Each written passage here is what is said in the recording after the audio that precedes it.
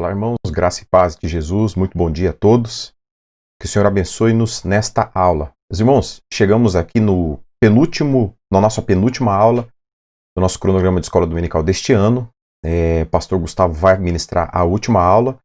E eu, como é a minha última participação neste ano, gostaria de agradecer a todos vocês que estiveram conosco ao longo de todo o ano de 2020. Não foi um ano fácil, um ano cheio de desafios, um ano que a pandemia pegou todos desprevenidos, então nós tivemos que reinventar a nossa forma de trabalho, a nossa forma de ensino, de levar o evangelho até as pessoas. Isso demandou muito tempo, muito desgaste, muito investimento, muito dinheiro, mas pela graça do Senhor nós chegamos até aqui. E tudo isso é feito para que a igreja do Senhor seja edificada e assim o nome de Cristo seja glorificado. Então agradeço vocês que acompanharam as nossas aulas. Se não tivéssemos audiência, se não tivéssemos os irmãos para assistir essas aulas, não teríamos razão para desenvolvê-las, né? Para gastarmos aí tanto tempo e tanto esforço para que ela acontecesse. E o objetivo disso é que a igreja de Cristo seja edificada, que as pessoas se desenvolvam a sua fé, desenvolvam a sua espiritualidade, que os irmãos possam ter uma forma mais bíblica de servir a Deus, possam ter uma forma mais bíblica de servir ao próximo, de amar os irmãos. Esse é o nosso objetivo. Que Deus possa te abençoar e muito obrigado por ter estado conosco até aqui. Então, irmãos, nessas duas últimas aulas, nós vamos falar sobre um tema muito importante que não está no nosso livro das 9 marcas, mas que é fundamental para toda e qualquer igreja que queira servir ao Senhor e queira cultuar o Senhor. E esse tema é o princípio regulador do culto. Esse é um princípio que norteou as igrejas reformadas do século XVII, do século XVI, mas é um princípio que norteou as primeiras igrejas batistas. Os nossos primeiros irmãos lá da cisão na Inglaterra, aqueles irmãos que foram para a Holanda, fundaram ali a igreja batista, que nós chamamos hoje de batista, as convicções batistas saindo da igreja episcopal inglesa. E estes irmãos tinham na sua mente muito definido a responsabilidade de cultuar a Deus da forma como Deus espera ser cultuado. E a isso isso a teologia chama de princípio regulador do culto. Ele quer dizer o quê? O que vem a ser isso? Nós vamos estudar nessas duas aulas o princípio regulador. Eu vou dar uma breve introdução, o pastor Gustavo vai expor mais acerca dessa introdução na próxima aula. É um tema muito amplo, é um tema que já foi objeto de diversos livros, então não temos a intenção aqui de esgotar esse tema, mas sim de trazer aos irmãos algumas aplicações práticas de como isso vai afetar a nossa vida. Mas para isso a gente precisa uma introdução teórica, ainda que breve, para você saber de onde veio isso e compreender que isso não é nenhum tipo de invencionismo ou modernice no meio da igreja. Não, de fato é um princípio um princípio muito já conhecido no meio do protestantismo histórico e é a razão pela qual nós temos tantas discrepâncias no que chamamos de evangelho nos dias de hoje. E por que nós estudamos? E por que nós precisamos entender o que é o princípio regulador do culto? Com toda a certeza, a grande maioria de vocês já frequentou mais de uma igreja evangélica, ou seja, a nossa igreja não é a única experiência religiosa que uma grande parte dos irmãos tem ou teve ao longo da vida. Por mais que você não tenha frequentado outras comunidades, é bem possível que ao longo da sua vida você já tenha assistido outros cultos. E é muito comum a gente ouvir assim, de irmãos que nos visitam, irmãos que nos visitaram, irmãos que foram da igreja e hoje não são mais. Ah, mas na igreja A o culto é assim, na igreja B o culto é assado. Ah, mas o culto de vocês é diferente, ah, mas o culto dos outros é diferente. Qual é a razão pela qual nós temos uma diversidade tão grande de cultos? É que eu não chego nem a falar se esse é certo ou se o outro é errado. Ainda não vamos entrar nesse mérito, mas você observa que dentro de uma mesma cidade, dentro de um mesmo grupo regional, dentro de uma mesma região de costumes, nós temos uma diversidade enorme de práticas litúrgicas. Mas e por quê? Se o Deus a quem nós servimos é o mesmo, se a Bíblia que nos serve de regra de fé e prática é a mesma, por que nós temos uma diversidade tão grande? O princípio regulador do culto vai nos apontar isso. E o seu, digamos assim, adversário ideológico, que é o princípio normativo do culto, também vai dizer isso. Antes, eu quero que você veja só esse slide que eu trouxe para você. Então aqui nós falamos das marcas de uma igreja saudável, só lembrando, né? Marcas da igreja saudável, já fizemos as 9 marcas, agora nós estamos aí já no complemento, no bônus, então você está tendo um bônus pacote de bônus agora, princípio regulador do culto. E aqui você tem uma série de cultos. Veja só, eu entrei no Google e digitei culto evangélico. Essas foram as imagens que apareceram para mim. Então você pode observar, e eu relembro, aqui eu não estou falando de certo nem de errado, eu estou falando da variedade de um fato, isso é um fato. São cultos realizados em igrejas evangélicas no Brasil e no mundo. Então você tem, óbvio que essas figuras não sintetizam todos os movimentos e todas as igrejas evangélicas, mas ela dá para nós um bom panorama da grande variedade de culto que existe. Então nós temos aqui movimentos mais históricos, que as pessoas tentam chamar pejorativamente de tradicionais. Aqui nós já temos alguns movimentos mais progressistas. Aqui nós temos alguns cultos bem conhecidos, aí, culto de cura e libertação, culto da prosperidade, da vitória. Aqui nós temos um culto neopentecostal. Não, deixa eu ver. Aqui nós temos um culto neopentecostal, pessoas fazendo aquilo que se chamam de girando no mistério, no manto, ou seja lá o que vale. Aqui temos um culto mais ecumênico. Aqui nós temos um outro culto mais pentecostal também, onde nós vemos ali um grupo de homens fazendo coreografias. Aqui nós temos um culto mais tradicional. Então nós temos toda essa variedade do que chamamos de culto. Aqui, culto da restituição, culto da conquista em dobro, especial. Então nós temos uma imensa, imensurável variedade de formas de culto. Aí fica a grande pergunta: qual é a razão pela qual nós temos tantos cultos se a Bíblia que nós utilizamos é a mesma? O princípio regulador do culto vai dizer para nós que tudo que acontece em um culto, em uma liturgia, não acontece por acaso. Que não compete ao pastor, não compete à igreja decidir aquilo que deve haver no culto. Quais são os elementos do culto? Qual a liturgia do culto? O princípio regulador vem para isso, para regular aquilo que nós utilizamos nos nossos cultos de louvor e adoração. Então, vamos lá, vamos passar para o próximo aqui. O que vem a ser o princípio regulador? Aqui eu peguei algumas citações de alguns autores para a gente compreender de uma forma um pouco mais ampla, dentro do mesmo aspecto, mas de uma forma um pouco mais ampla, o que vem a ser o princípio regulador. Primeira citação de Mark Dever, é um dos autores do livro que nós estamos tratando aqui, que é o livro chamado A Igreja Intencional, ou Igreja Intencional. E o Mark Dever diz: tudo o que fazemos na nossa adoração corporativa deve ser claramente fundamentado nas Escrituras. Tudo que fazemos na nossa adoração corporativa deve ser claramente fundamentado nas Escrituras. Então, ele está apontando para nós que o que vier a ser incluído na nossa liturgia precisa ser previsto nas Escrituras. Segundo a narrativa de Matthew McMahon, ele diz assim: o verdadeiro culto é ordenado somente por Deus. O falso culto é algo que ele não ordenou. Aí nós temos uma definição um pouco mais dura, um pouco mais enérgica. Ou seja, o culto verdadeiro é aquele que é composto apenas daquilo que Deus determinou que existisse. Todas as outras ações que existem no culto não são... ele chama aqui de falso culto. Bastante pesada essa afirmação. E a última que eu peguei do professor Emerson Maia.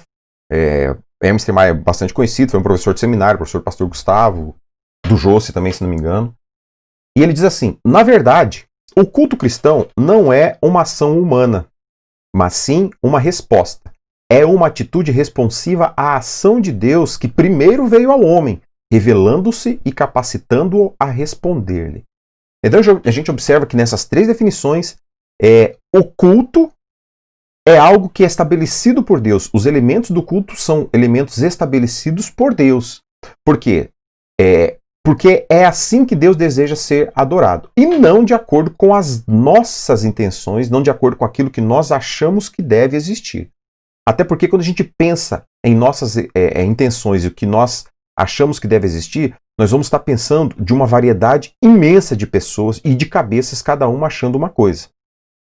Nós somos de uma igreja pequena, nossa igreja tem quase 100 membros.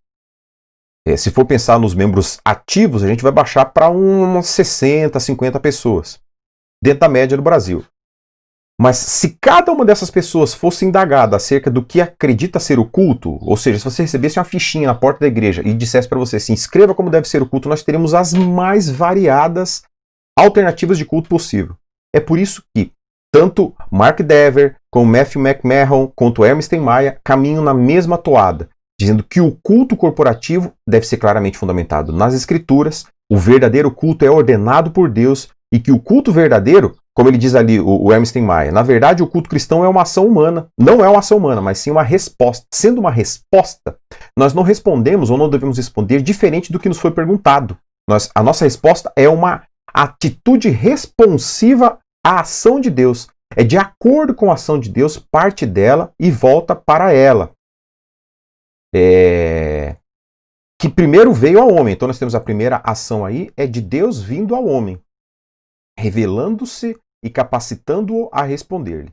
Então, o nosso cultuar a Deus é simplesmente uma resposta daquilo que Deus já nos fez.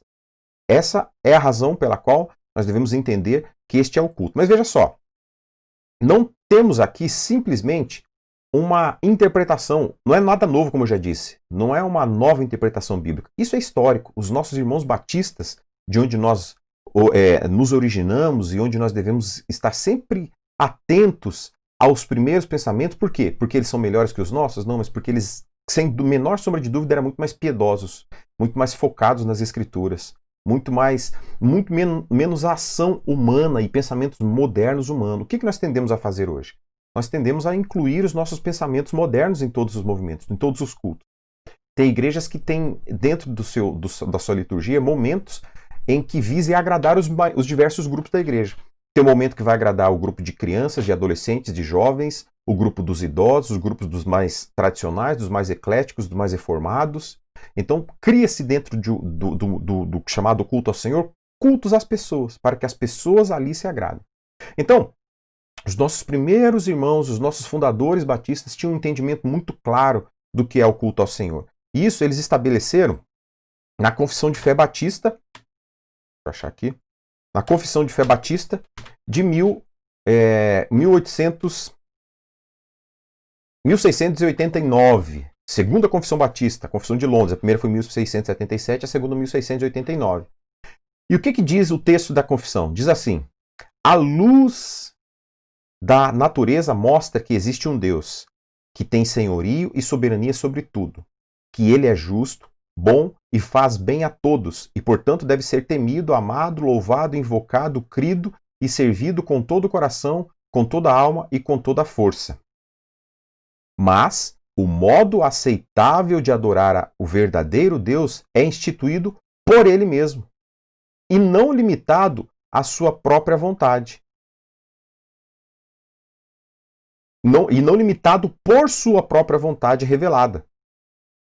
E tão limitado por sua própria vontade revelada, de forma que ele não pode ser adorado segundo as imaginações e invenções dos homens, ou sugestões de Satanás, nem sobre qualquer representação visível ou qualquer outro modo não prescrito nas Escrituras. Meus irmãos, observe que esse texto foi escrito em 1689, século XVII. Não havia nenhum tipo de movimento neopentecostal naquele tempo, naquele ano, naquele século.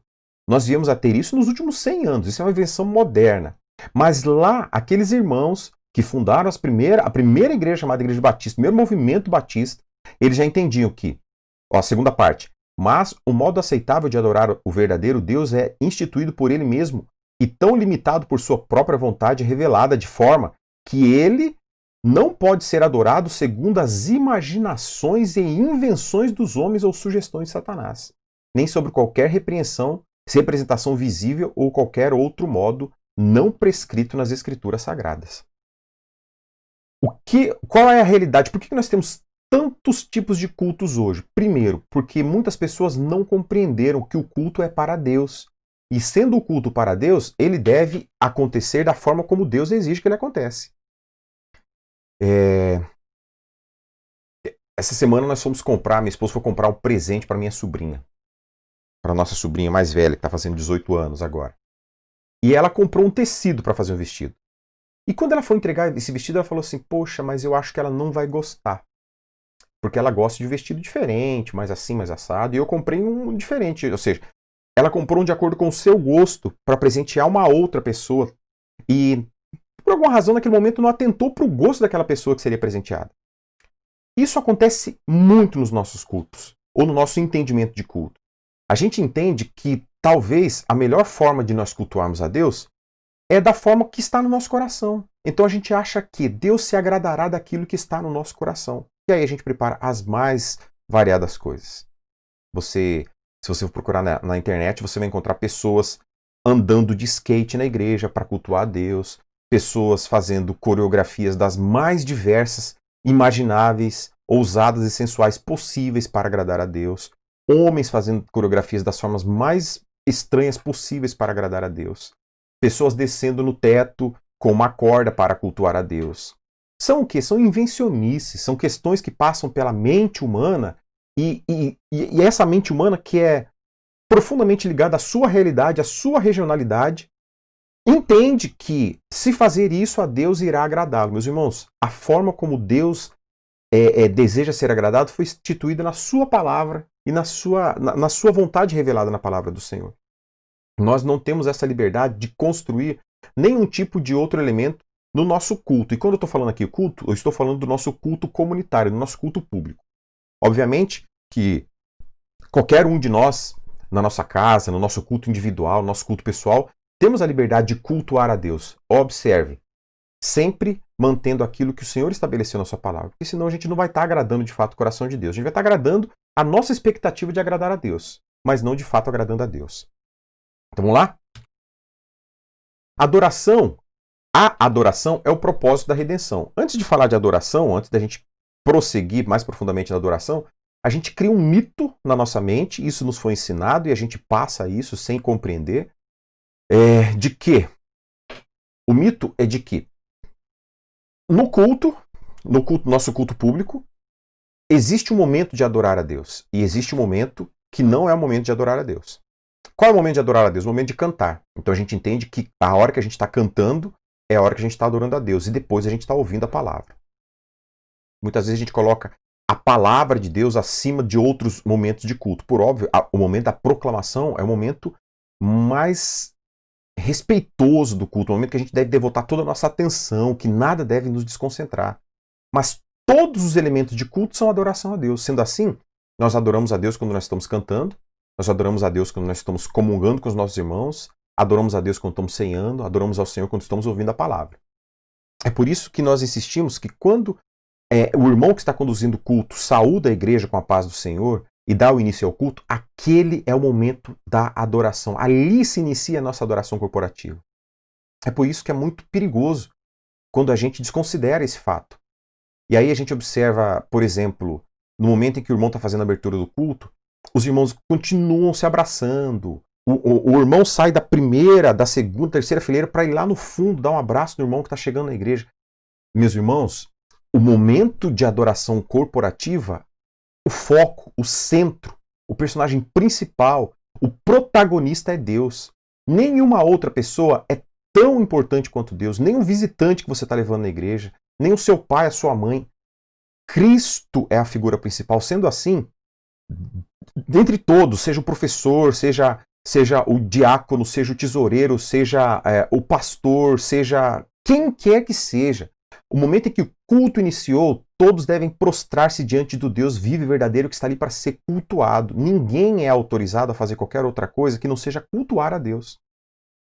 Se as pessoas que estão conduzindo o culto já se sentem desrespeitados enquanto alguém está cantando, está lendo a Bíblia, e as pessoas estão conversando, estão se abraçando, estão com atitudes que não são atitudes de devoção a Deus, imagine o coração de Deus que está ouvindo uma comunidade que se propôs a reunir-se para cultuar a Ele, mas que não tem a menor disciplina, não tem o menor cuidado, não tem a menor reverência para com Ele. Em que pessoas conversam com volume alto de voz, pessoas se abraçam, em que a gente escuta tapas e tapas de alegria, de batendo nas costas uns dos outros. A gente escuta sorrisos e falas, as pessoas colocam a conversa em dia, quanto do filme, quanto da família. O culto a Deus é um momento extremamente devotado a Deus. Nenhum outro assunto é relevante, nenhum outro assunto é importante, nenhuma outra presença é importante, além da presença de Deus que está ali para ser cultuado. Então tudo que existe no culto é prática de adoração a Deus. E do momento em que houve a abertura, que o irmão disse boa noite, a paz do Senhor, ali iniciou-se a nossa adoração coletiva e corporativa ao Senhor. Então, a adoração é o propósito da redenção. Para que Deus redimiu essas pessoas e deixou elas na terra? Se o propósito da redenção fosse apenas a salvação, Deus salvaria as pessoas e as levaria ao céu. Pouparia muito sofrimento para todos nós. Mas Deus nos salvou e nos deixou nessa terra. Para quê? Para que o nome dele fosse adorado.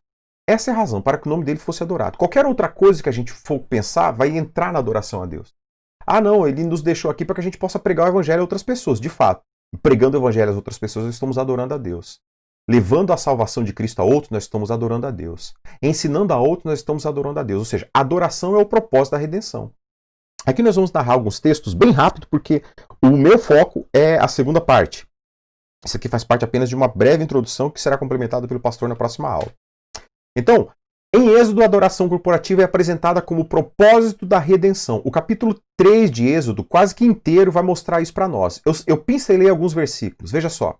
Deus afirmou, eu estarei com você, Êxodo 3,12. Esta é a prova de que sou eu quem o envia. Quando você tirar o povo do Egito, vocês prestarão culto a Deus neste monte. Deus afirmando categoricamente a Moisés. Quando eu tirar vocês do Egito, qual era o propósito de Deus redimir aquele povo naquele momento, tirar o povo da escravidão? Prestar culto.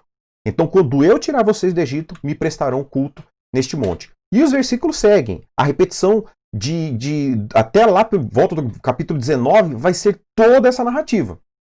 5:1. Depois disso, Moisés e Arão foram falar com o faraó e disseram: assim diz o Senhor, Deus de Israel, deixe meu povo ir para celebrar-me uma festa no deserto. Nós temos aí uma outra afirmação que simboliza o culto ao Senhor. Ele não fala prestar um culto, celebrar-me uma festa no deserto. É o culto ao Senhor. Depois lá no 9, depois disse o Senhor a Moisés: vá ao faraó e diga-lhe que assim diz o Senhor, o Deus dos hebreus, deixe meu povo ir para que me preste culto. Mais uma vez a expressão culto ao Senhor está aí. Andando no capítulo 12, naquela mesma noite o faraó mandou chamar Moisés e Arão e lhe disse: saiam imediatamente do meio do meu povo, vocês israelitas. Vão prestar culto ao Senhor como vocês pediram. O culto ao Senhor como foco, como objetivo da redenção daquele povo. Lá no versículo, entre os capítulos 20 e o capítulo 40, nós vemos que além de exigir o culto, o Senhor estabelece como o culto vai ser executado. Até o capítulo 20 de Êxodo, que era naquela transição em que Deus mandou o povo sair e o Moisés falava com o faraó endurecia o seu coração, depois o Senhor mandou as pragas e o faraó endureceu seu coração até o último minuto. E depois de mandar o povo sair, ele se arrependeu e mandou matar o povo. Nós temos essa história do Êxodo até o capítulo 19, do capítulo 20 ao capítulo 40, quando o povo entra no Sinai, quando o povo chega à terra, então nós temos ali uma narrativa de como este culto será prestado. Observe que o objetivo de Deus até então era dizer para o povo: vocês vão sair daí porque vocês vão me prestar culto. Eu quero que vocês me prestem culto. Agora, do capítulo 20 ao 40, Deus vai dizer como este culto vai ser prestado. Observe, presta atenção como Deus estabelece os detalhes de como esse culto seria prestado. No capítulo 20, dos versículos 1 a 19, nós temos os 10 mandamentos. O que não fazer. E esse o que não fazer, ele envolve tanto elementos de culto quanto elementos de vida social. Hoje nós separamos tudo isso, né? Nós separamos a nossa vida social, nós separamos a nossa conduta social, o que nós fazemos, o que nós vivemos, como trabalhamos, como nos relacionamos. Mas nos dias em que Moisés recebeu essa ordem do Senhor, a estrutura da sociedade era imiscuída de todos esses elementos. Não havia separação entre o que era público e o que era privado, entre o que era religioso e o que era secular, entre o que era sacro e o que era profano. Tudo isso fazia parte do homem integral.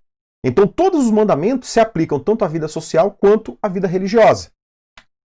Depois, capítulo Êxodo 20, 22, as leis sobre o altar do Senhor, a lei do sábado, a lei das festas anuais, a construção do tabernáculo no Êxodo 26.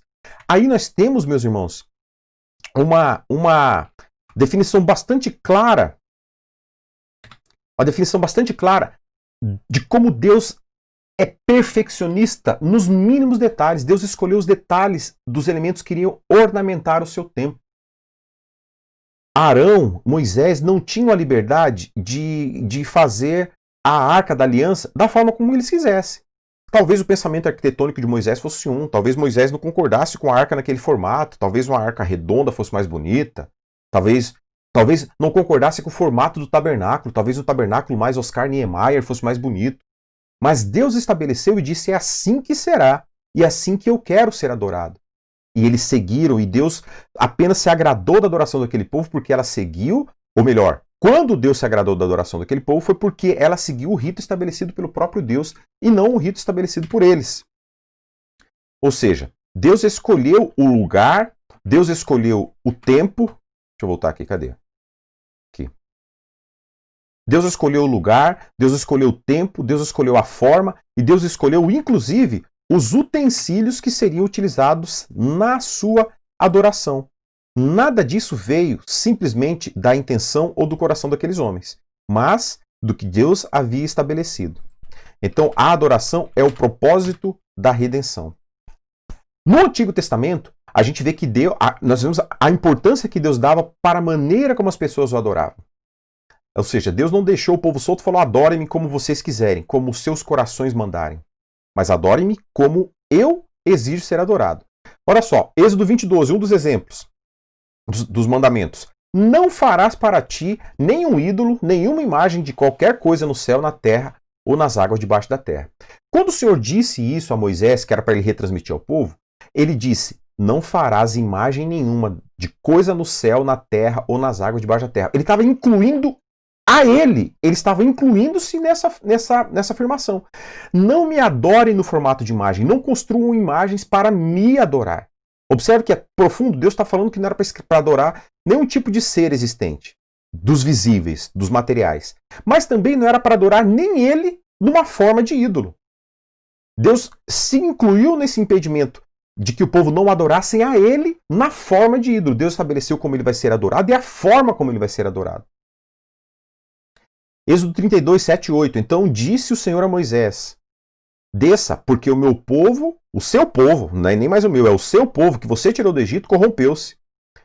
Muito depressa se desviaram daquilo que eu lhes ordenei e fizeram um ídolo em forma de bezerro.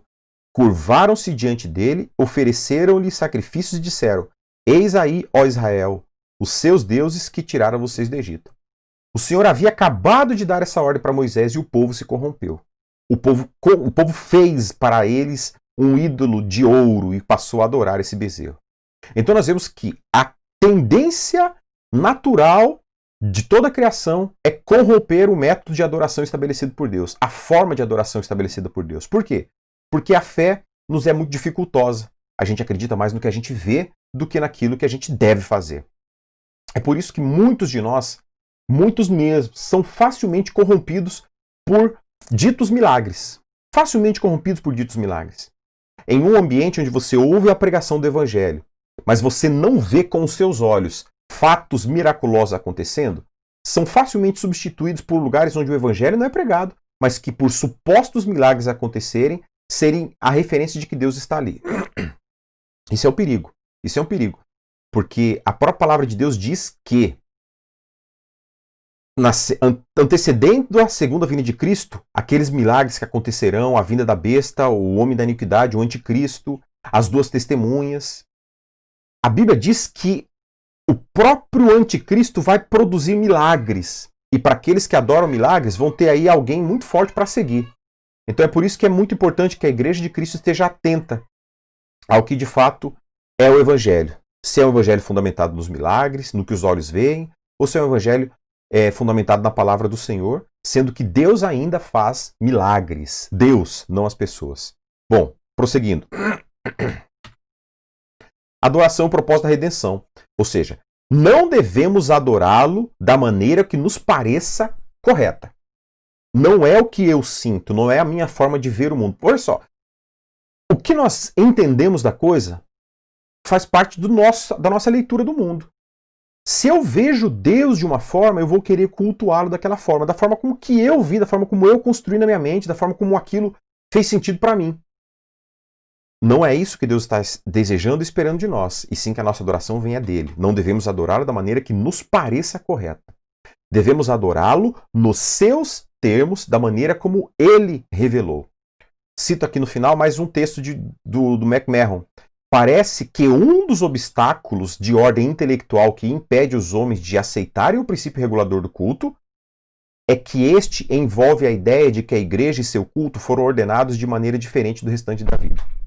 Entende o que esse texto está dizendo para nós?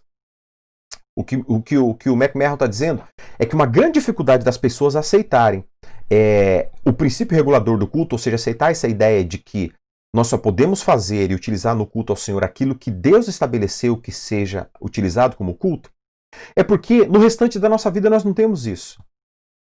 Você não tem um texto na sua Bíblia dizendo que você deve ir ao mercado e comprar o arroz tipo A, o arroz tipo B, o tipo C, ou tomar o leite assim, ou gerir os seus negócios da forma... Você não tem esses textos tão detalhados, você não tem isso. Mas com relação à adoração do Senhor, nós temos isso. O Senhor estabelece a forma como Ele quer ser adorado. Então, o McMahon ele entende que a dificuldade das pessoas aceitarem o princípio regulador do culto é porque o culto é diferente do restante da vida. O restante da vida a gente vive do jeito que a gente acha que deve viver, apesar da Bíblia regular muitas coisas. Mas o culto não. E essa é uma diferença entre o princípio regulador do culto e o princípio normativo do culto.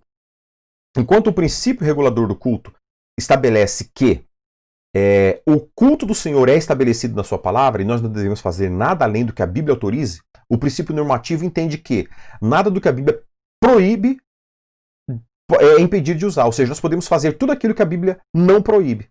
Se a Bíblia proibiu que se faça imagem, nós não faremos imagem. Mas a Bíblia não falou nada sobre os outros elementos, nós faremos. Então é por isso que nós temos tanta coisa acontecendo. Por isso que nós temos, inclusive, uma das imagens que nós vimos ali, no terceiro slide, se não me engano, era de um pastor, era de um pai de santo pregando numa igreja evangélica.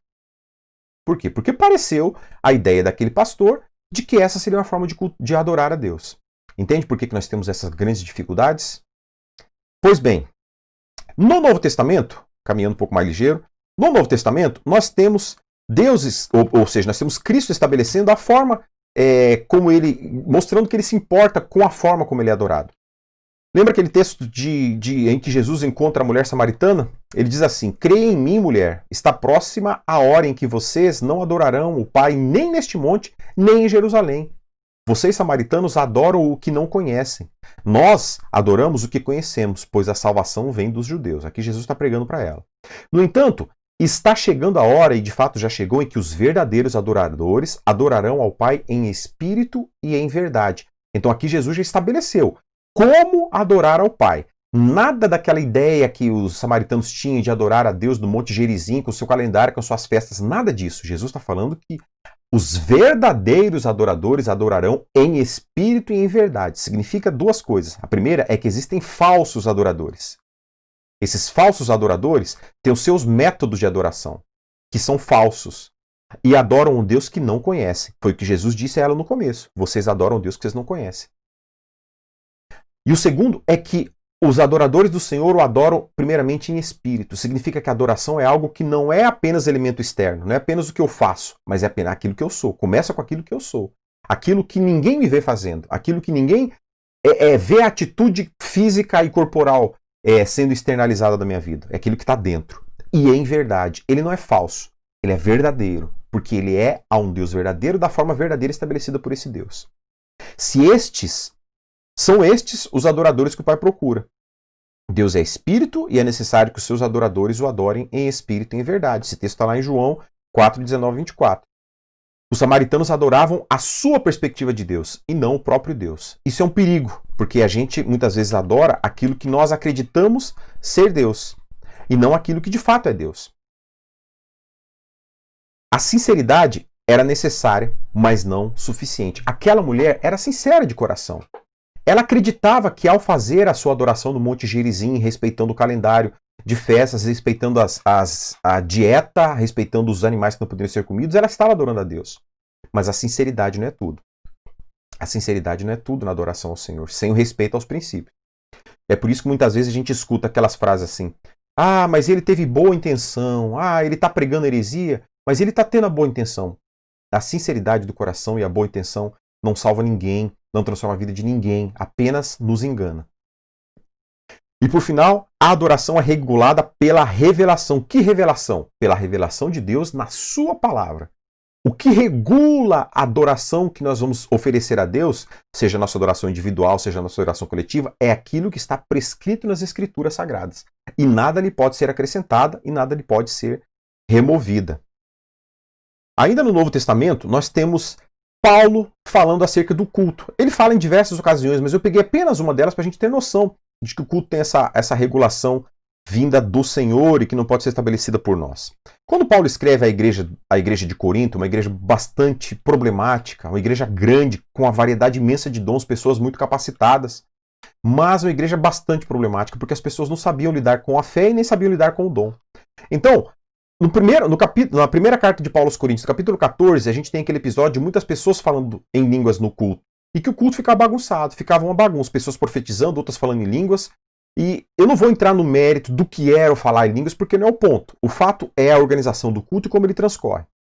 Então, no capítulo 14 de 1 Coríntios, Paulo vai dizer, nos versículos 1 ao versículo 5, ele encoraja as pessoas a profetizarem acima de falar em línguas.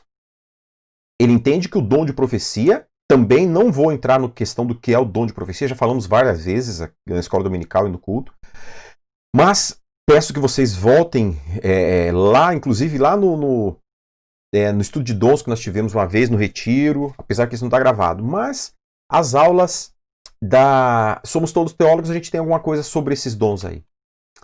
O dom de profecia que Paulo está falando ali era o dom de profetizar a palavra do Senhor, era o dom de pregar a palavra do Senhor. Então ele está entendendo que esse dom de profecia e de pregar é maior, é acima do dom de falar em línguas. Independente de qual seja o entendimento de dom de falar em línguas aqui, também não é o ponto. O que Paulo está falando, ele diz assim, se eu chegar aqui, e se chegar alguma pessoa que não conhece Cristo aqui e me ouvir falando em línguas, que proveito ele vai ter? Agora, se essa pessoa chegar e me ouvir profetizando, ou seja, me ouvir proclamando, ou seja, o querigma, proclamar a palavra de Deus, ele será grandemente edificado. No versículo 29 a gente vai entender que se línguas eram faladas, independente de que tipo de línguas eram faladas, no máximo 2 ou 3 deveriam falar. E mesmo assim deveria ter pessoas que interpretassem. Ou seja, se não tiver ninguém para interpretar, ninguém fala em língua. Versículo 33, Paulo argumenta, Deus não é um Deus de confusão, e sim um Deus de paz. Deus, sendo Deus um Deus de paz, o seu culto não pode ser um culto de confusão, tem que ser um culto de paz. É um culto que celebra um Deus de paz. O caráter de Deus revelado tem implicações reguladoras na forma como adoramos. Deus não revelou o seu caráter apenas para a gente saber quem Deus é. É como se você tivesse um espelho na sua casa e você olhasse no espelho e encontrasse um feijão no seu dente e você deixasse aquele feijão. Ou seja, aquele espelho não serviria para nada, seria apenas informativo, para dizer, olha, tem um feijão no seu dente. Mas o que você vai fazer com essa informação não interessa. Não, Deus revelou o seu caráter para que nós, conhecendo o caráter de Deus, agíssemos de acordo, a agradá-lo de acordo com o seu caráter. E por final, a revelação de Deus que o Espírito Santo deu a Paulo regulou a maneira como os dons carismáticos eram exercidos na igreja. Deus, através do seu Espírito, revelou a Paulo o seu caráter para que, através disso, os dons fossem adequadamente exercidos na igreja. Então, até aqui nós entendemos o quê? Que a adoração do Senhor, a adoração no culto do Senhor, não é apenas o momento do cântico, não é apenas o momento da música. Nós entendemos que a adoração na igreja inclui a comunhão, inclui as músicas congregacionais, inclui a pregação e o ensino, que são expressões equiparadas, inclui as orações, inclui as ofertas, os dízimos, inclui a ceia do Senhor, inclui a bênção apostólica. A tudo isso nós chamamos de adoração. Todos os elementos de culto estabelecidos na palavra do Senhor chamamos de adoração. E eu gostaria de ter mais tempo para expor isso aqui, porque nós conseguimos enxergar na Bíblia todos esses elementos descritos como elementos de culto. Mas infelizmente não tem tempo para isso e não há ponto. O meu ponto, toda essa introdução é para falar desse ponto seguinte, que é o ponto da música na adoração. A música tem um papel muito importante na adoração. E você percebe que a expressão que eu utilizei aqui, que é a mesma expressão utilizada no livro Igreja Intencional, é a expressão música mesmo. Às vezes a gente tenta sacralizar, deixar mais santa, deixar mais poderosa a expressão chamando de adoração. Já vimos que é errado utilizar essa expressão dessa forma. Por quê? Porque a gente reduz a adoração ao Senhor apenas à música. E não, tudo que nós fazemos no culto é adoração ao Senhor. E a música é um dos elementos de adoração ao Senhor. A música, ou seja, é um subconjunto da adoração corporativa. A adoração corporativa inclui tudo aquilo que nós vimos nesse slide anterior aqui, ó. Todos esses elementos fazem parte da adoração corporativa. A música é um deles. É um subconjunto. Nossa audiência na adoração corporativa não são as pessoas. Quando nós... A adoração corporativa, a música na adoração corporativa, não é dirigida às pessoas. É dirigida a Deus. Quando a gente fala as pessoas, nós falamos o músico, o cantor, a igreja e os incrédulos. A música na igreja não deve ser do gosto do ministro, daquele que vai estar ministrando naquele momento. Não deve ser do gosto da igreja. Não deve ser do gosto daqueles incrédulos. Então, às vezes a gente fala assim, vamos cantar essa música aqui que não tem nada a ver com o culto, mas para evangelizar as pessoas. Não. A música na liturgia é destinada a Deus. Portanto, ela deve falar daquilo que Deus revelou de si. Não é destinada às pessoas. Nós, no momento que nós estamos cantando, não devemos buscar as emoções que a música nos oferece, mas nós devemos buscar oferecer cada palavra proferida, cada nota tocada, cada acorde, cada arranjo, oferecer isso tudo a Deus. Nosso objetivo é isso, oferecer a Deus isso. Contudo, secundariamente, subsidiariamente, isso vai falar conosco. Essas canções vão falar conosco, elas vão tocar no nosso coração, elas vão tocar na nossa alma, porque a nossa alma está cantando a Deus. Nós não somos o foco é Deus. E nós somos abençoados à medida que nós cantamos essas canções a Deus. A música no ajuntamento coletivo é a renovação da nossa aliança com Deus nos termos de Deus. Cada vez que nós cantamos a palavra do Senhor, nós estamos renovando com Ele a nossa aliança, renovando o nosso pacto com Ele. Nós sabemos que a aliança de Deus para conosco, ela é imutável, ela é constante. Contudo, a nossa aliança para com Ele, infelizmente, ela é móvel. Agora com a pandemia nós aprendemos a nova expressão, né? A média móvel. Talvez o nosso pacto, a nossa aliança para com Deus seja uma média móvel. Nós temos momentos em que a nossa aliança é muito firme, mas temos momentos em que a nossa aliança é tão instável quanto um prego numa gelatina. Então, o momento em que nós estamos cantando a palavra de Deus ao próprio Deus, nós estamos reafirmando a nossa aliança com Ele. E dentro disso nós temos o canto congregacional, que é o quê? Que é a igreja cantando. Quando nós falamos de música, falamos do entoar dos instrumentos, falamos da bateria, do violão, da guitarra, do teclado, falamos de todo o conjunto, da harmonia, da melodia, do ritmo, falamos de todos os elementos que compõem a música. Agora aqui nós falamos especificamente de um dos elementos, que é o canto congregacional. Observe que a gente está refinando, né? Nós viemos do princípio regulador do culto, que é o princípio maior, nós chegamos nos elementos de adoração, falamos de todos eles, da pregação, do cântico, da comunhão, da ceia, da bênção apostólica.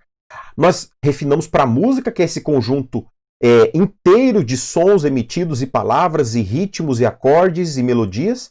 E agora nós chegamos no canto congregacional, que é aquilo que efetivamente sai da sua e da minha boca. Quando nós falamos de canto congregacional, falamos de todas aquelas palavras entoadas a partir da boca da comunidade, da congregação. E não do cântico de uma única pessoa. E não do cântico do ministro de louvor. Não do cântico de um irmão que sabe cantar bem. Não disso. Mas da comunidade, da coletividade cantando ao Senhor. E nós temos invocações bíblicas que nos mostram essa importância. Olha, no Antigo Testamento, Davi escrevendo no Salmo 34, ele diz assim: bendirei ao Senhor em todo o tempo, o seu louvor estará sempre nos meus lábios. Por enquanto ele está falando de si. Ele está falando da sua experiência pessoal, ele está dizendo dele. Gloriar-se-á no Senhor a minha alma. Os humildes o ouvirão e se alegrarão. E agora vem a convocação de Davi: engrandecei o Senhor comigo. Vocês que estão ouvindo essa proclamação, engrandeçam o Senhor comigo. E todos, a uma, lhe exaltemos o nome. Todos que estamos aqui, juntos, a uma só voz, exaltemos o nome do Senhor. Isso é o canto congregacional. Quando a igreja do Senhor, a uma só voz, eleva a sua voz e canta, e exalta a Deus com a sua canção. Independente de saber cantar ou não saber cantar, de ser afinado ou não ser afinado, de ter a voz potente ou não ter a voz potente, independente de ser soprano, contralto, tenor, não interessa neste momento no canto congregacional. Isso é uma responsabilidade e é uma obrigação de quem vai estar conduzindo esse cântico. Mas da igreja como pessoa, como indivíduo, membro do corpo de Cristo, isso não importa. O importante é que a uma voz exaltemos o nome do Senhor. É cantar o evangelho juntos. é reforçar, e quando nós cantamos o Evangelho juntos, como a igreja corporativamente adora o Senhor, congregacionalmente exalta o Senhor, ele reforça a natureza corporativa da igreja. Eu não sei se você já teve esta oportunidade. Eu já vivi duas condições como essas que eu vou mencionar a vocês. Oportunidade de você estar sentado no banco da igreja cultuando a Deus. Isso independente se a igreja tem 20, 30, 50, 100, 1000 pessoas. E aquelas pessoas que ali estão cantam com suas vozes de uma forma tão potente e poderosa que nós podemos sentir o Espírito se movendo no meio das pessoas. Mas além disso, aquilo emociona a nossa alma. Porque são pessoas louvando ao Senhor, independente de afinação, independente de nada. A voz daquelas pessoas celebrando ao Senhor. E a outra experiência que eu já vivi é de estar sentado num banco de igreja e alguém dizer assim: agora o irmão fulano de tal vai louvar ao Senhor. Nessa frase você já encontrou o primeiro erro. O irmão fulano de tal vai louvar ao Senhor. Não é adoração congregacional.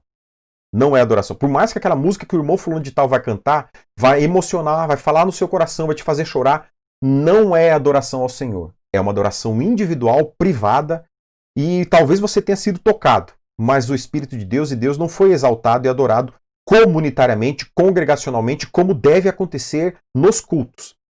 E nessa canção, aquele irmão canta muito bonito, ele tem uma voz muito afinada, ele emociona as pessoas. Mas acabou aquilo ali, tudo volta a ser como era antes. Porque Deus não foi exaltado, porque aquela canção não foi cantada, porque a palavra de Deus não foi pregada naquela canção. Qualquer coisa foi dita. Aumentou a nossa autoestima, alimentou a nossa fé, aumentou o nosso desejo de se vingar do nosso irmão, mas não houve adoração ao Senhor. Então, o canto congregacional precisa reforçar a natureza corporativa da igreja. Ele também expressa a unidade na diversidade do corpo. Uma boa parte dos irmãos talvez não tenha tido essa experiência, mas aqueles que estão ministrando conseguem ver claramente isso. Quando você está cantando, você está na posição que você pode ver a igreja, ali você vê todos os tipos de pessoas, todas as cores, todas as formas, todas as classes sociais, todas as classes educacionais, cantando ao mesmo Deus, com a mesma oportunidade de adoração ao Senhor, erguendo as mãos ao Senhor e utilizando do mesmo momento, mesmo método, mesmo sistema para adorar ao Senhor. A unidade na diversidade do corpo. Aquilo que nós já costumamos falar. Ali você vê lulistas e bolsonaristas adorando a Deus. Você vê corintianos e palmeirenses celebrando ao Senhor. Você vê brancos, negros, amarelos, vermelhos, todos adorando ao mesmo Deus. É a unidade na diversidade. Quando, de fato, é uma igreja fisicamente composta por salvos. Porque quando não é composta de salvos, você nunca vai ver um lulista e o bolsonarista junto, porque eles vão brigar. Porque o Lula e o Bolsonaro são mais importantes para ele do que o Deus a quem as pessoas servem. Você não vai ver corintianos e palmeirenses celebrando ao Senhor juntos. Por quê? Porque o Palmeiras é mais importante para aquele palmeirense do que Deus. Porque o Corinthians é mais importante para aquele corintiano do que Deus.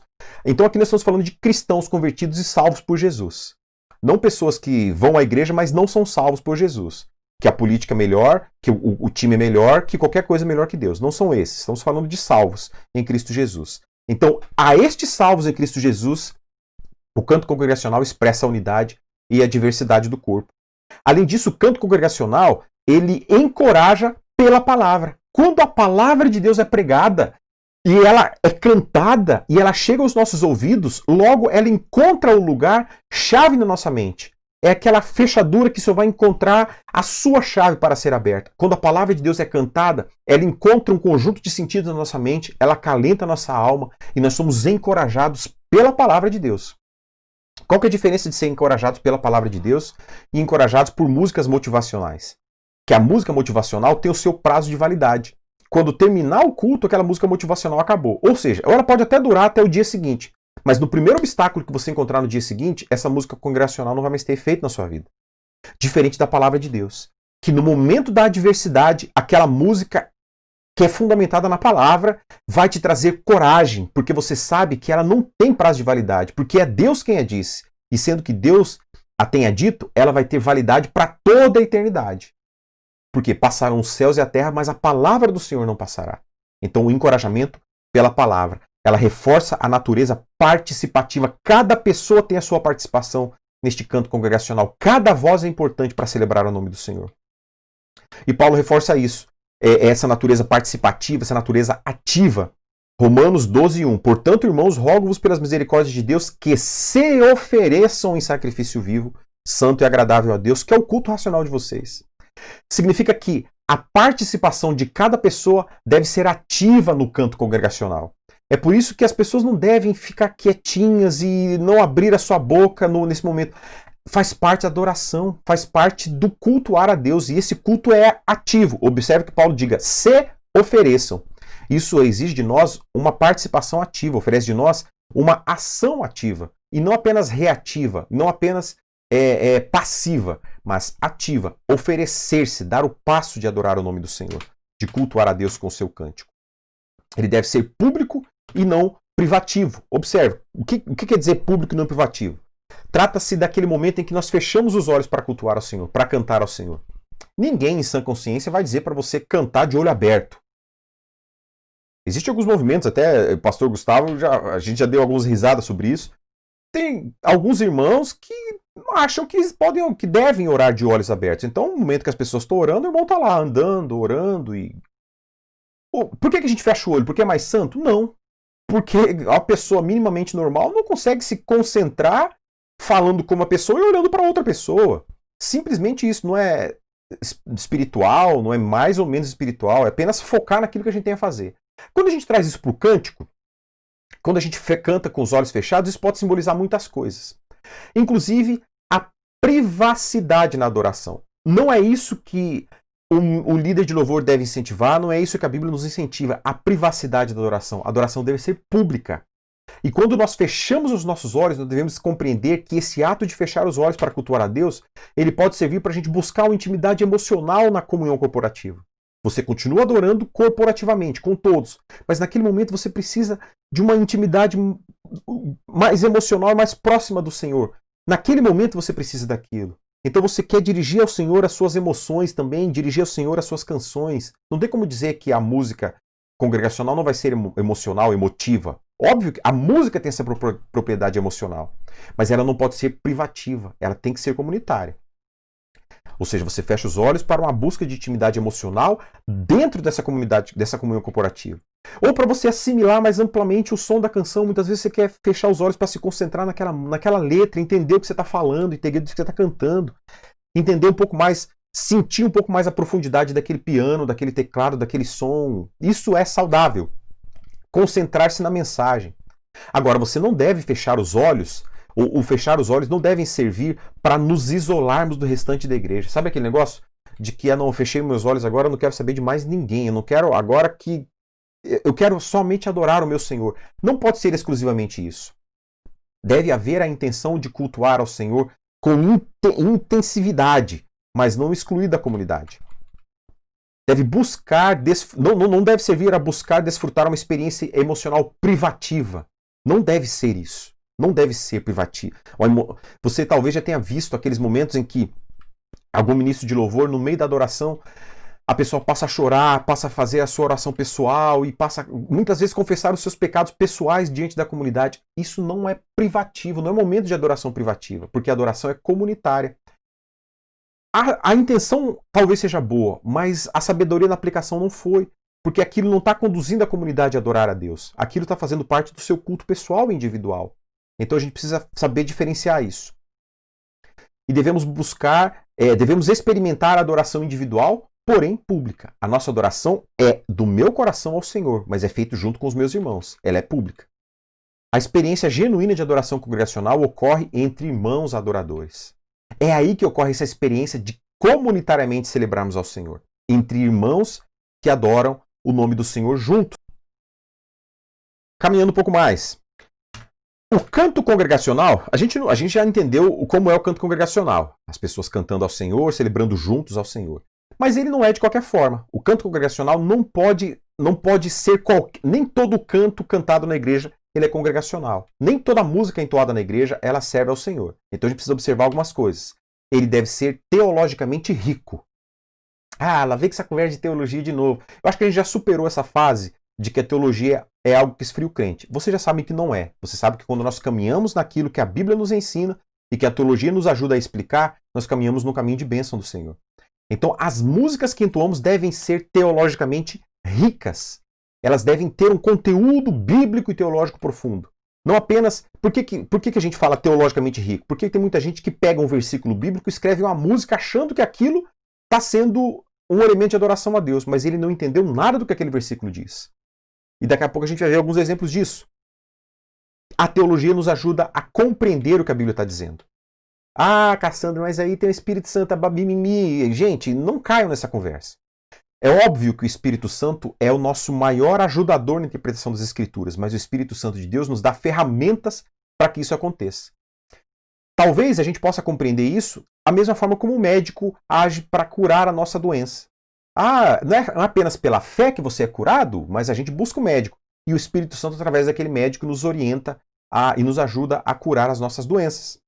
Da mesma forma, o Espírito Santo, através da teologia, nos ajuda a compreender o que a palavra do Senhor nos ensina. Então, quando a gente diz que o cântico deve ser teologicamente rico, quer dizer que nós devemos cantar ao Senhor, a teocentricidade da música na adoração. A música deve servir a Deus e não servir a pessoa. Ela não deve ser antropológica, antropocêntrica, falando do homem, mas teocêntrica, falando de Deus. Cantar ao Senhor o que Ele revelou de si. Ou seja, a biblicidade das canções. A gente não pode cantar a Deus nada que Deus não revelou de si. Apenas o que a Bíblia, ou que Deus revelou na palavra dele, sobre Ele. Cantar músicas que elevem o nosso ponto de vista sobre Deus. As músicas que nós cantamos devem elevar a nossa percepção de Deus, nos fazer compreender mais quem Deus é, e nos fazer amar mais quem Deus é por aquilo que Ele revelou de si. Cantar músicas que o apresente em toda a sua glória. Ou seja, as canções que nós entoamos a Deus devem apresentar Deus grandiosamente como Ele é, em toda a glória dele revelada nas Escrituras. Nós devemos então evitar canções que nos estimulem a pensar na nossa própria experiência emocional, mais do que sobre as verdades do caráter de Deus. Você certamente já ouviu, já cantou, eu já ouvi, já cantei e já me arrependi de cantar canções que dão mais valor e mais prioridade às minhas vivências emocionais do que a quem Deus é. As minhas experiências emocionais do que a quem Deus é. E aí aquele culto chamado de Roberto Carlos, em que termina o culto você fala, não sei se chorei, se sorri, mas muitas emoções eu vivi. Quantas vezes a gente busca um culto que seja emocional, que faça as pessoas chorarem e sorrirem, e no domingo seguinte ela trazer mais um para chorar e sorrir com ela. Não é isso que o Evangelho nos propõe. E outra coisa que devemos evitar são repetições desnecessárias, aquilo que chama-se de mantras. É uma busca de uma resposta emocional. A música tem essa propriedade. Então muitas vezes você vai observar que a música tem poucas frases, pouquíssimas frases, elas se repetem. E elas começam a se repetir num volume vocal baixo, numa tonalidade baixa, e ela passa a se repetir numa intensidade musical maior, ela vai se tornando mais forte, o tom aumenta, e as mesmas frases são repetidas, e lá na frente as pessoas vão estar chorando copiosamente. Por quê? Porque a música revelou Deus? Não. Porque houve uma resposta emocional da música. Não é isso o que o canto congregacional propõe. Meus irmãos, olha só, eu trouxe aqui dois exemplos de cada tipo de música, para você ver o que nós queremos dizer e o que queremos exemplificar.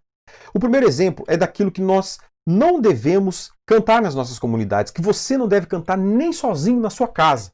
Por quê? Porque isso te engana, isso fere quem Deus é, fere o que Deus fez por você, isso prejudica a sua fé, isso te infantiliza. A primeira música nós já cantamos várias vezes na igreja. Eu já cantei várias vezes na igreja, em um outro tempo em que a percepção bíblica e teológica era outra e que as convicções diferem outras. Olha o que essa música diz, nós vamos ler essas duas músicas. Ela diz assim, os planos que foram embora, o sonho que se perdeu, o que era festa e agora é luto do que já morreu. Não podes pensar que este é o teu fim, não é o que Deus planejou. Levante-se do chão, erga um clamor. Restitui, eu quero de volta o que é meu. Sara-me e põe o teu azeite em minha dor. Restitui, leva-me às águas tranquilas. Lava-me e refrigera minha alma. Restitui. E o tempo que roubado foi, não poderá se comparar a tudo aquilo que o Senhor tem preparado ao que clamar. Creia, porque o poder de um clamor pode ressuscitar. O que nós observamos nessa canção? O que nós conseguimos enxergar nessa música? Primeiro, que é uma música excessivamente teocêntrica. Nós estamos vendo que ela não tem uma função... Deixa eu ver se eu consigo fazer um negócio aqui. Ela não tem a função de revelar quem Deus é. Observe que ele fala mais de uma pessoa que teve perdas, sejam elas emocionais ou financeiras.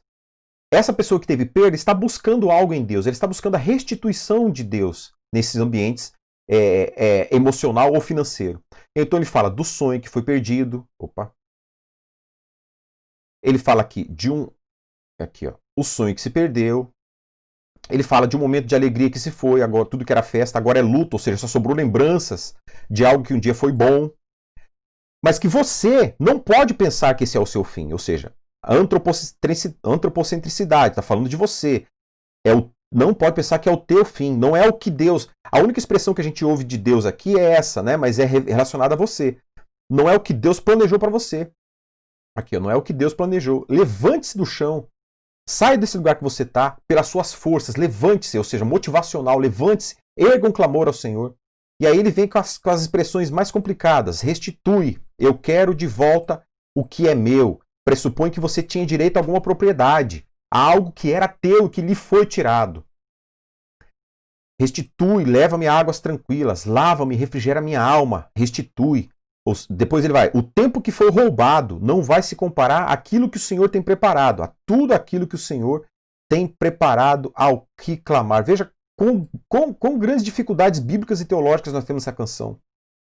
Meus irmãos, quando eu digo restitui, eu quero de volta o que é meu, eu vou estar entendendo que eu tinha direito a algo que me foi tirado. Algo que me foi removido. Contudo, nós não temos absolutamente direito a nada. O que o Senhor nos deu foi pela sua própria e pura graça. Deus derramou sobre nós da sua graça. Ele nos concedeu o seu amor, ele nos concedeu o seu perdão, ele nos concedeu a sua vida. Propriedade, dinheiro, bem material, bens emocionais que nós temos não são direitos nossos. Aqueles que têm uma vida emocional abençoada, aquele que tem uma família, que tem um amor, que tem um filho, que tem dinheiro, que tem casa, foi dado por Deus. Não é merecido, não é nada merecido. Qual é a única coisa que todos nós éramos destinados e estaríamos se não fosse a intervenção do Espírito Santo de Deus? É o inferno, simplesmente o inferno. E o Senhor nos tirou de lá pela sua própria graça. Então você observa que é uma canção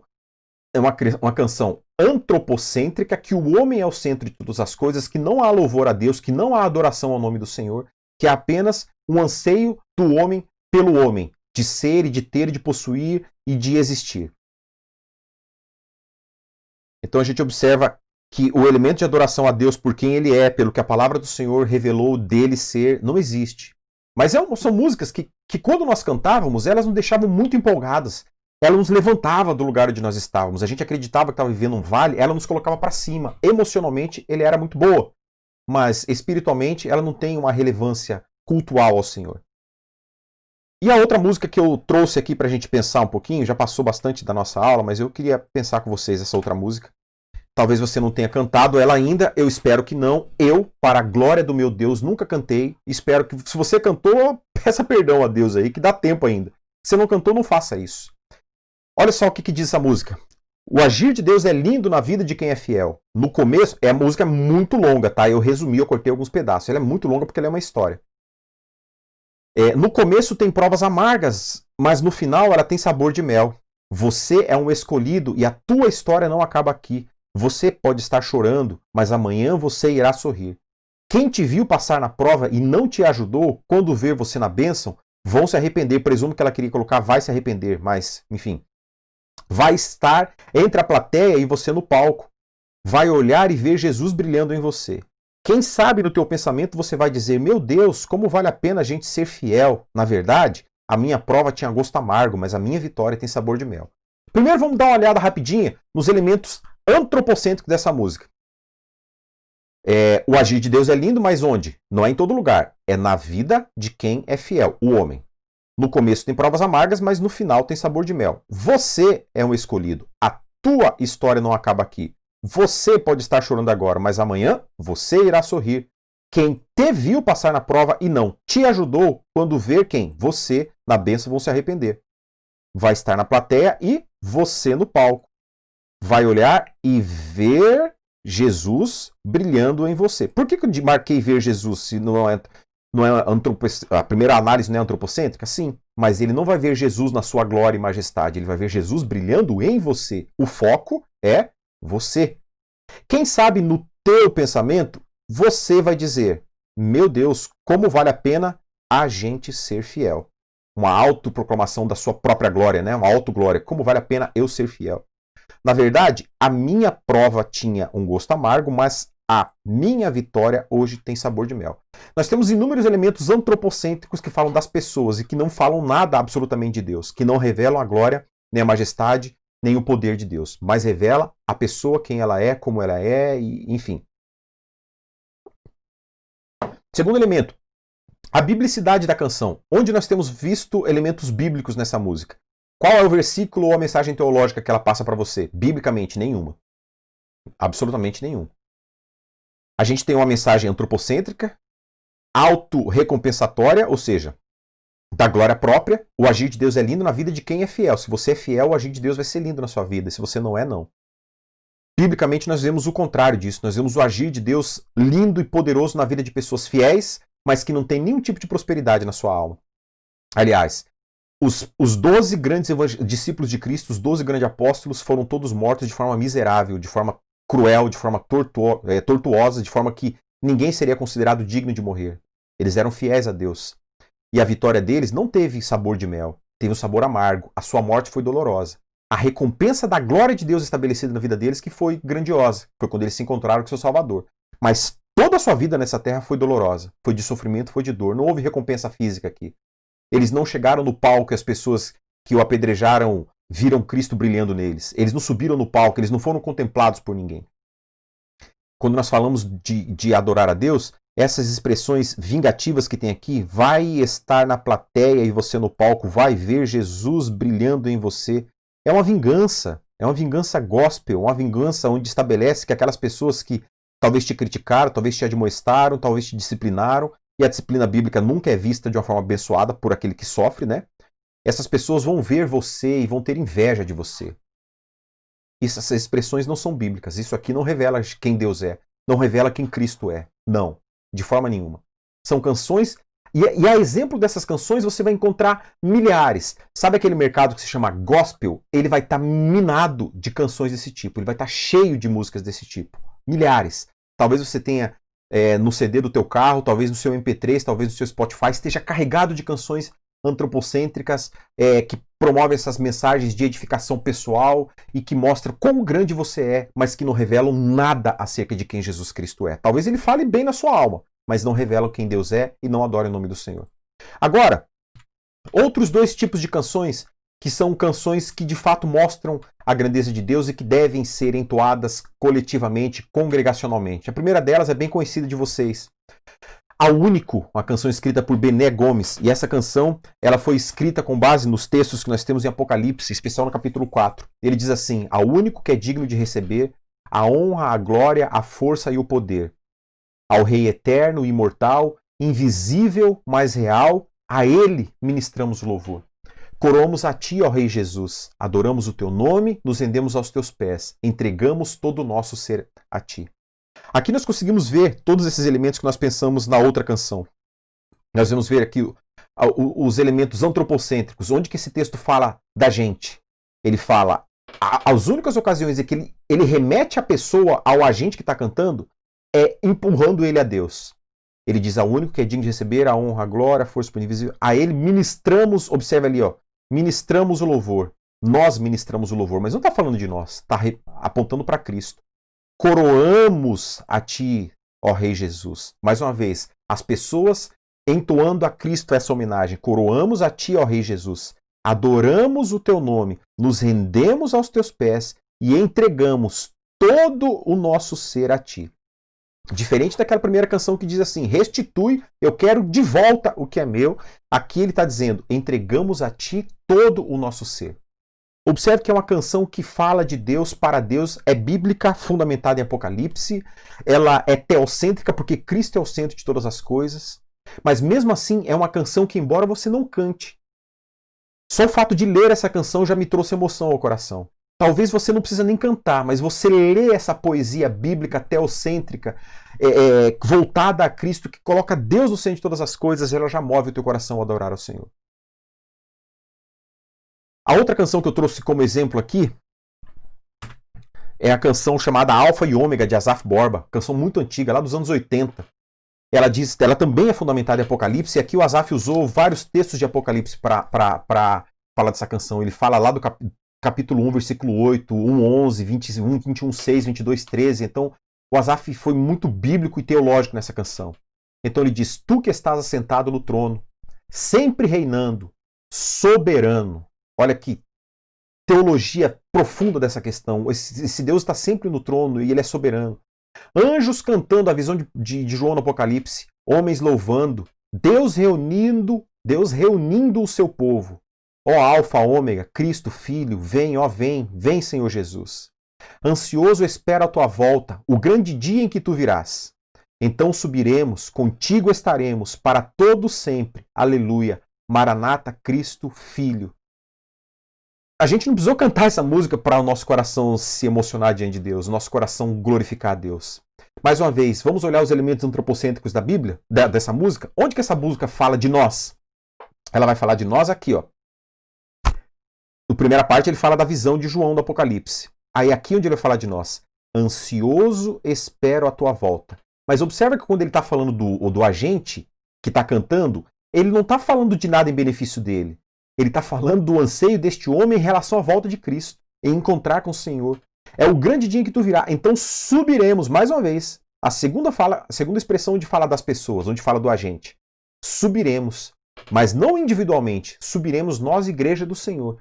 E contigo estaremos para todo sempre, aleluia. Ou seja, 3 vezes é que essa música fala de um homem, fala de uma pessoa. As 3 vezes é dessa pessoa em relação a Deus. Diferente das músicas que nós vimos anteriormente, em que todas as relações que falavam de Deus era de Deus em relação às pessoas. Aqui não. Nós estamos cantando, ansioso espera a tua volta. Eu não estou pedindo nada de volta para mim. Eu estou ansioso para que o Senhor volte. Porque nesse dia nós subiremos contigo e contigo estaremos para sempre. Observe os elementos bíblicos e teológicos. Biblicamente, a visão de João é clara. Tu estás sentado no trono, sempre reinando, soberano. A soberania é um conceito teológico muito profundo que estabelece que Deus é capaz de fazer tudo o que ele se propõe a fazer. E, biblicamente, ele continua dizendo que os anjos estão cantando ao redor do trono do Senhor. De cima e de baixo ele vê os homens louvando o Senhor. É Deus reunindo o seu povo. Olha aí essa definição teológica do chamado eficaz. Quando o Espírito de Deus age no meio da pregação do Evangelho, as pessoas são chamadas e reunidas. Deus reunindo o seu povo. E esse povo está clamando: vem, Senhor Jesus, vem, Senhor Jesus. O Apocalipse relata essas expressões alfa e ômega, que são simultaneamente ou consecutivamente a primeira e a última letras do alfabeto grego. Ou seja, ele está falando daquele que é o princípio de todas as coisas, que antes dele nada existia. E ao mesmo tempo ele é o final, ele é a consumação, a conclusão. Depois dele nada existirá. Deus é o começo e Deus é o fim. E o anseio dele: vem, Senhor Jesus, vem, Senhor Jesus. Observe como essa música nos impulsiona a ver Deus na sua glória e majestade, na sua glória e majestade ampla, completa, perfeita, completa na nossa mente, aquilo que a gente pode contemplar, né? E ao mesmo tempo ela nos impulsiona a ansiar e desejar a volta de Cristo. O canto congregacional tem que ter esses objetivos de levar as pessoas a conhecerem mais amplamente quem Deus é, mover os nossos corações a Deus, tensionar o desejo de que Cristo volte, o nosso desejo de servir a Deus e de estar com Ele para todo sempre. Caminhando já para o fim, o canto congregacional deve ser encorajador, espiritualmente encorajador. Essas 2 canções nos mostram o encorajamento que temos de continuar servindo ao Senhor. O resultado da riqueza teológica será crescente na adoração a Deus. Quando a gente começa a cantar canções bíblicas e teologicamente ricas, e a gente olha para aquelas coisas como nós vimos ali, do restitui o que quero de volta que é meu, da vingança gospel, do sabor de mel, isso causa repulsa no nosso coração. A gente não tem coragem de abrir a nossa boca a um Deus que é soberano, puro, perfeito, grande, majestoso, que reina, que é o alfa e o ômega, e dizer aquelas palavras. Não temos coragem de fazer isso. É um contínuo encorajamento espiritual, é uma esperança firmada no caráter de Deus e na verdade do Evangelho. Essa razão pela qual nós devemos buscar ao Senhor, porque esse tipo de canção congregacionalmente cantada, ela é firmada no caráter inabalável de Deus, naquilo que Ele revelou a nós e na verdade do Evangelho. Por isso, ela não tem tempo.